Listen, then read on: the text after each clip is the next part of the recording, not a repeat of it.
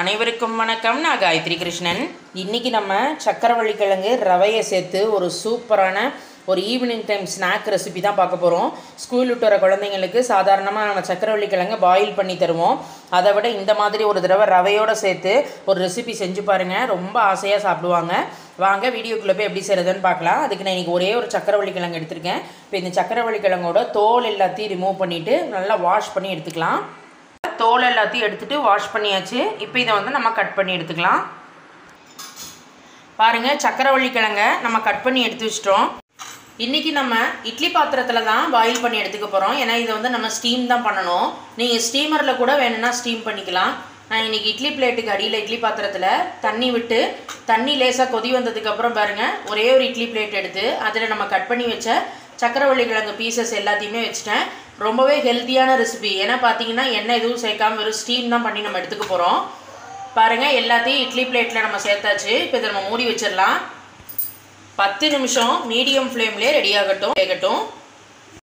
10 நிமிஷம் நம்ம கிழங்கு ஸ்டீம் பண்ணி எடுத்துட்டோம். ஓப்பன் பண்ணி பார்த்தாச்சு. பாருங்கள், இப்போ உங்களுக்கு பார்த்தாலே தெரியுது, நல்ல நிறம் மாதிரி வந்திருக்கு. ஒரு கத்தியை வச்சு இந்த மாதிரி செக் பண்ணி பாருங்கள், நல்லா ரெடியாகி வந்திருக்கு சக்கரவள்ளி கிழங்கு. இப்போ இது எல்லாத்தையுமே ஒரு மிக்சிங் பவுலில் நம்ம மாற்றிக்கலாம். கிழங்கை நம்ம மிக்சிங் பவுலுக்கு மாற்றிட்டோம். கொஞ்சம் ஆறுனதுக்கப்புறம் இப்போ இதை வந்து நம்ம மேஷ் பண்ணி எடுத்துக்கலாம். கொஞ்சம் ஆறிடுது. இப்போ மேஷ் பண்ண ஆரம்பிச்சிடுவோம்.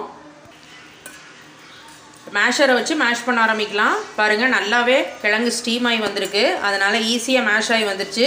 சப்போஸ் உங்களுக்கு மேஷரை வச்சு மேஷ் பண்ண கொஞ்சம் சிரமமாக இருந்ததுன்னா நீங்கள் மிக்ஸி ஜாரில் போட்டு ஒரு சுற்றி எடுத்துக்கலாம். எல்லாத்தையும் நம்ம நல்லா மேஷ் பண்ணி விட்டுட்டோம். இப்போ அப்படியே சேர்த்து கலந்து விட்டுக்கலாம். பாருங்கள், இந்த அளவுக்கு கிழங்கு நல்லா மசிஞ்சு வந்திருக்கணும். இப்போ இதில் நம்ம ரவை சேர்த்துக்கலாம். நான் இன்றைக்கி ஒரு 1/2 கப்பு கிட்ட ரவை சேர்க்குறேன்.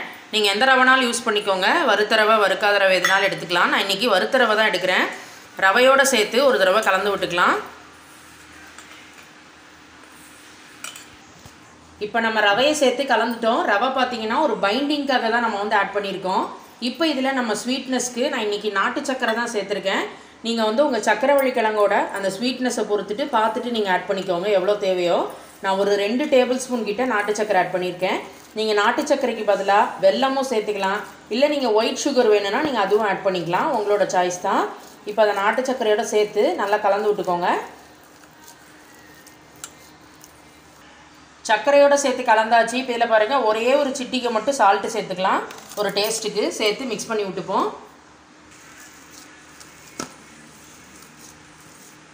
பாருங்கள், இந்த அளவுக்கு எல்லாத்தையும் சேர்த்து நம்ம மிக்ஸ் பண்ணியாச்சு. இப்போ இதில் நம்ம பால் சேர்க்கலாம். இது வந்து காய்ச்சி ஆறின பால் எடுத்து வச்சுருக்கோம். உங்கள் அளவுக்கு ஏற்றவாறு சேர்த்துக்கோங்க. நான் இன்றைக்கி 1/2 கப் ரவைக்கு 1/2 கப் பால் எடுத்திருக்கேன். பாலோடு சேர்த்து தான் நம்ம இன்றைக்கி எல்லாத்தையும் கலந்து விட்டுக்க போகிறோம். சேர்த்து மிக்ஸ் பண்ணிக்கலாம். இந்த மாதிரி பால் சேர்த்து பண்ணும்போது இன்னுமே நல்லா டேஸ்டியாக இருக்கும். பாலோடு சேர்த்து கலந்து விட்டுட்டோம். கன்சிஸ்டன்சி பாருங்கள், நல்லா பர்ஃபெக்டாக எந்த விதமான கட்டி தட்டி இல்லாமல் அருமையாக எல்லாமே சேர்ந்து வந்திருக்கு. இப்போ நம்ம ரவை சேர்த்து இதை கலந்து விட்டனால கொஞ்சம் நேரம் வந்து இது ஊறணும். அதனால் இதை மூடி போட்டுடலாம். ஒரு 1/2 மணி நேரம் ஊறட்டும். 1/2 அன் ஹவருக்கு அப்புறம் பார்க்கலாம். இப்போ கரெக்டாக 1/2 அன் ஹவர் ஆயிருக்கு. பாருங்கள், நம்ம ரவையை போட்டு கலந்து வச்சோம். நல்ல கெட்டியாக அந்த ரவை நல்லா திக்காக ஊறி வந்திருக்கு. இப்போ இந்த கன்சிஸ்டன்சியை சரி பண்ணுறதுக்கு நம்ம இன்னும் கொஞ்சம் பால் சேர்த்துக்க போகிறோம். பாலை கொஞ்சம் கொஞ்சமாக சேர்த்து கலந்து விட்டுக்கலாம்.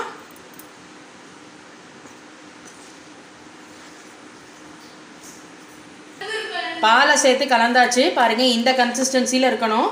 ரொம்பவும் தண்ணியாக இருக்கக்கூடாது. கரெக்டான கன்சிஸ்டன்சியில் பர்ஃபெக்டாக இருக்குது. இப்போ நம்ம ரெசிபி பண்ணுறதுக்கு பாருங்கள், நான்ஸ்டிக் கடாய் எடுத்து வச்சுருக்கோம். அதில் பண்ணால் இன்னுமே நல்லா சூப்பராக வரும். அதில் நான் ஒரு ஸ்பூன் கிட்ட நெய்யை நல்லா அப்ளை பண்ணிக்கிறேன். நீங்கள் நெய்க்கு பதிலாக எண்ணெய் வேணுனாலும் சேர்க்கலாம். நெய் சேர்த்தா இன்னும் டேஸ்டியாக இருக்கும். நம்ம ரெடி பண்ண மாவு பாருங்கள், இந்த அளவுக்கு கொஞ்சம் கெட்டியாக தான் இருக்கணும். இப்போ நம்ம மாவை ஒரு 1/2 கரண்டி எடுத்து நல்லா திக்னஸாக விட்டுட்டு அதுக்கு மேலே ஒரு டேஸ்ட்டுக்காக நான் இன்றைக்கி கொஞ்சமாக வெள்ளை எள்ளு போட்டிருக்கேன். இது ஆப்ஷனல், நீங்கள் வேணும்னா சேர்த்துக்கலாம், இல்லைனா ஸ்கிப் பண்ணிக்கோங்க. சுற்றி மறுபடியும் கொஞ்சமாக நெய் விட்டு மூடி வச்சிடலாம். லோ ஃப்ளேம்லேயே இருக்கட்டும், மெதுவாக ரெடியாகட்டும். பாருங்கள், இப்போ கரெக்டாக ஒரு 5 மினிட்ஸ் ஆயிருக்கு. லோ ஃப்ளேம்லேயே மெதுவாக எடுத்து திருப்பி போட்டுக்கலாம். இந்த மாதிரி குட்டீஸ்லாம் ரொம்ப ஆசையாக சாப்பிடுவாங்க. ட்ரை பண்ணி பாருங்கள். மறுபடியும் மூடி வச்சுருவோம். அடுத்த சைடும் ரெடி ஆகி வரட்டும். 2 சைடும் பர்ஃபெக்டாக ரெடி ஆயிடுச்சு. டெக்ஸ்சர் பாருங்கள் எவ்வளோ சூப்பராக வந்திருக்கு அப்படின்னு. ஓரங்கள்லாம் நல்லா ரோஸ்ட் ஆகி மேலே அந்த எள்ளெல்லாம் போட்டதெல்லாம் நல்லா கிறிஸ்பியாகி அவ்வளோ அருமையாக வந்திருக்கு. இதுதான் நம்ம இன்றைக்கி ஸ்வீட் பொட்டேட்டோவில் பேன்கேக் மாதிரி ஒன்று ரெடி பண்ணியிருக்கோம். ரொம்ப டேஸ்டியாக இருக்கும். இதே மாதிரி இன்னொன்று ரெடி பண்ணியிருக்கோம் பாருங்கள். எல்லா மாவுக்கும் நம்ம ரெடி பண்ணி எடுத்துக்கலாம். இப்போ நான் உங்களுக்கு ஒன்று எடுத்து காட்டுறேன். எவ்வளோ சாஃப்டாக இருக்குது பாருங்கள். உள்ளே நல்லா வெந்து. கண்டிப்பாக எல்லாருமே ட்ரை பண்ணி பாருங்கள். சக்கரவள்ளி கிழங்கு ரவையை வச்சு. மறக்காமல் உங்கள் ஃபீட்பேக்கை கமெண்ட் பாக்ஸில் ஷேர் பண்ணுங்கள். மேலும் மேலும் இன்ட்ரெஸ்டிங் வீடியோஸ்க்கு சேனலை சப்ஸ்கிரைப் பண்ணிக்கோங்க. தேங்க்யூ.